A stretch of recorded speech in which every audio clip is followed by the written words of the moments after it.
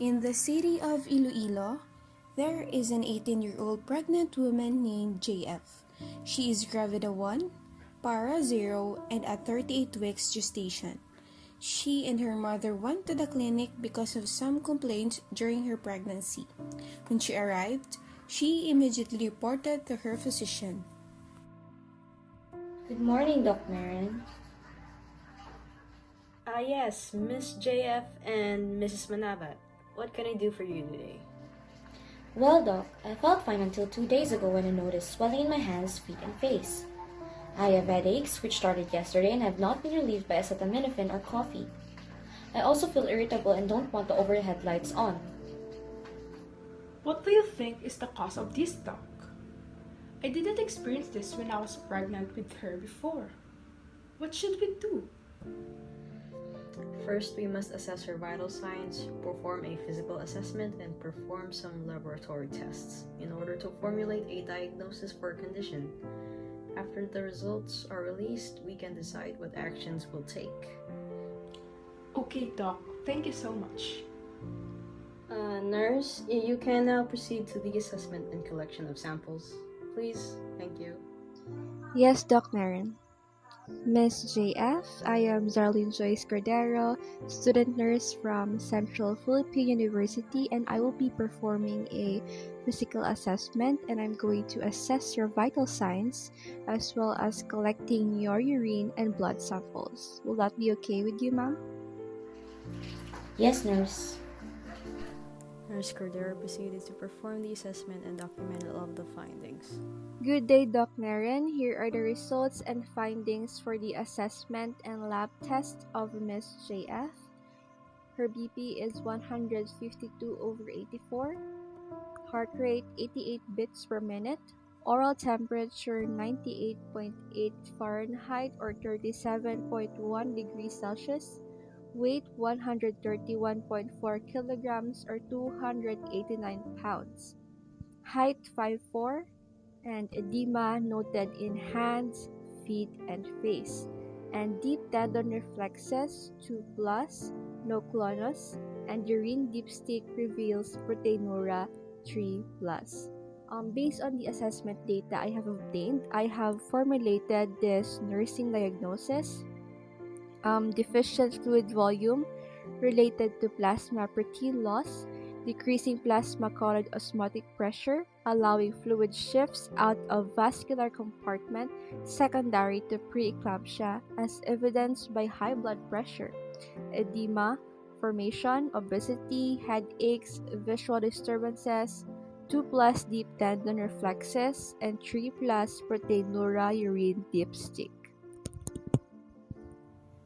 Okay, since you've noted the edema information on your assessment, how did you grade it?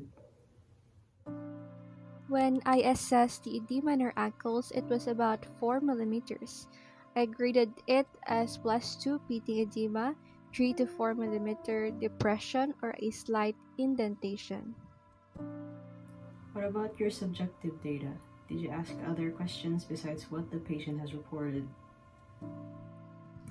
I asked questions related to her condition, such as experiences of visual difficulties or changes in vision, or normal weight before pregnancy and sudden weight gain, amount of urinary output, shortness of breath, history of any major medical problem, normal daily intake of food or special diet, reduction in fetal movement, epigastric pain or vomiting, and pain scale of 1 to 10 for her headache, with 1 being the lowest and 10 being the highest.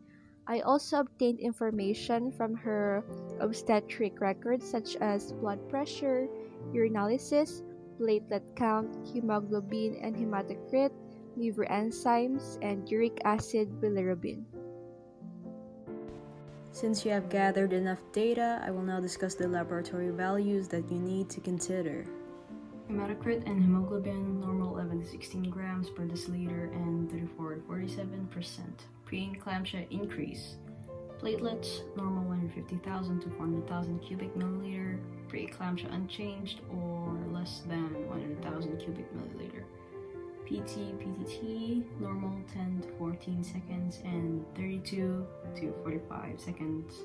Preeclampsia unchanged to increase.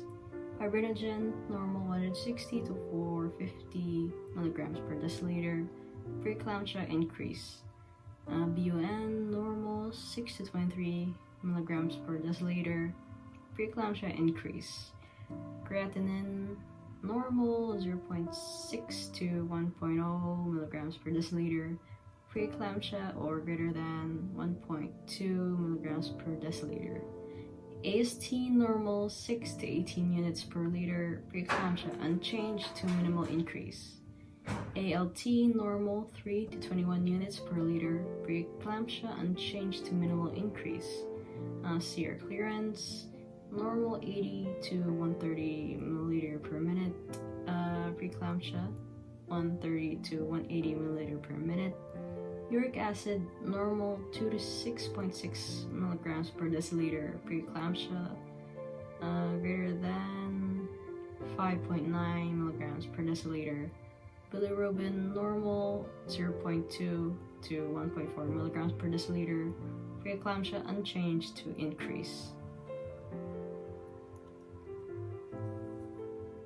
And urine test normal, no presence of protein. Preeclampsia 1% to 4% on Regent test on random urine sample.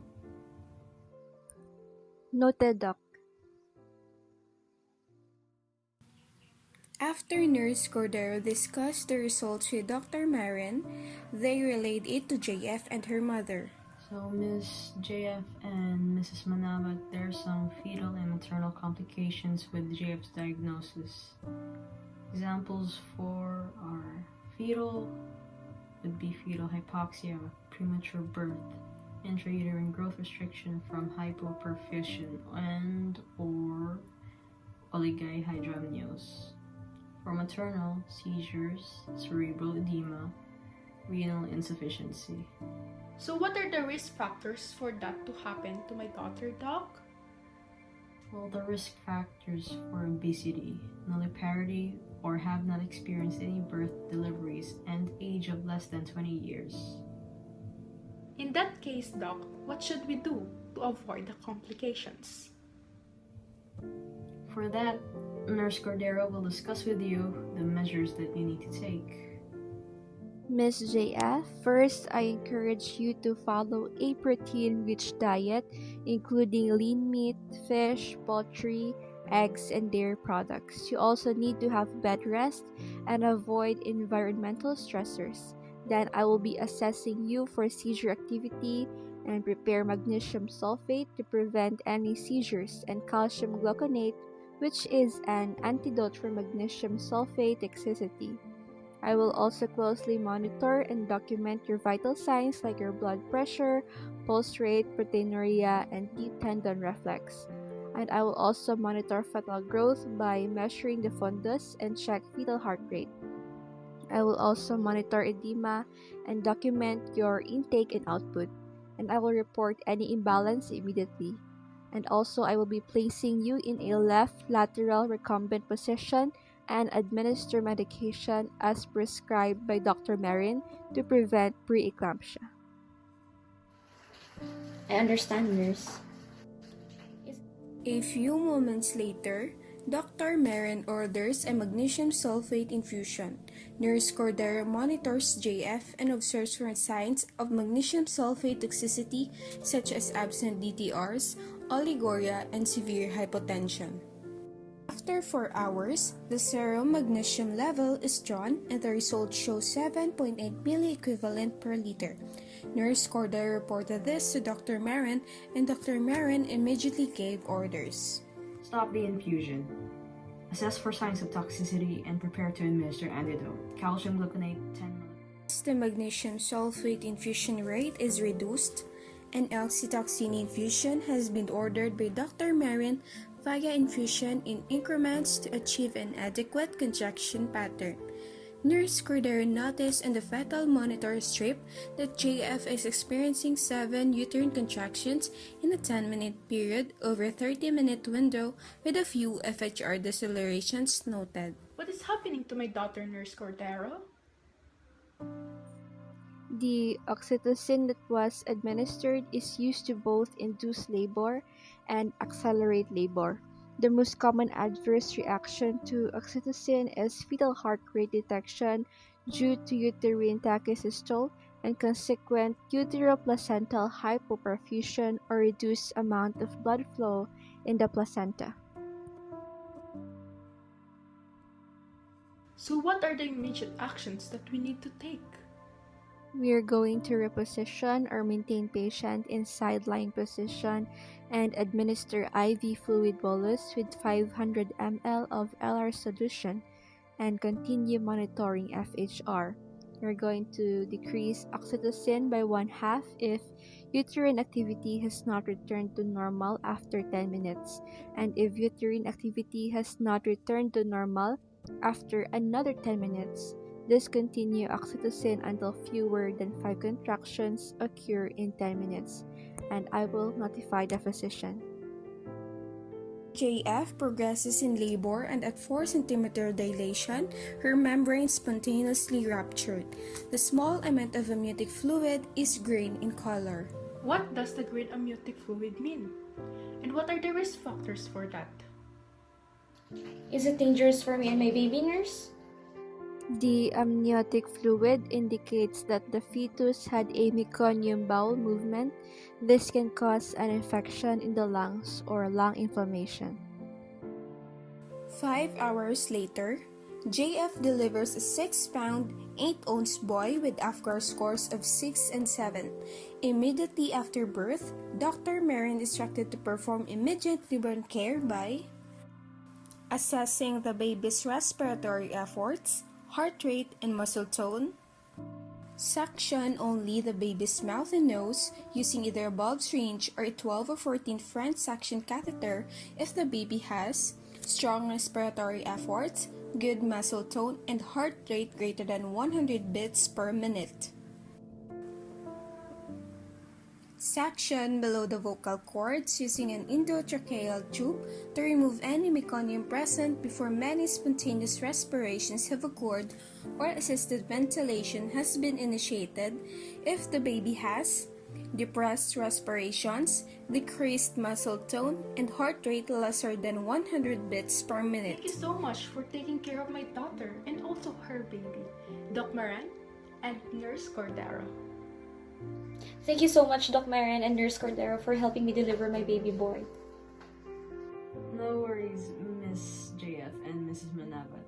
It is our duty to accommodate your needs and answer your queries.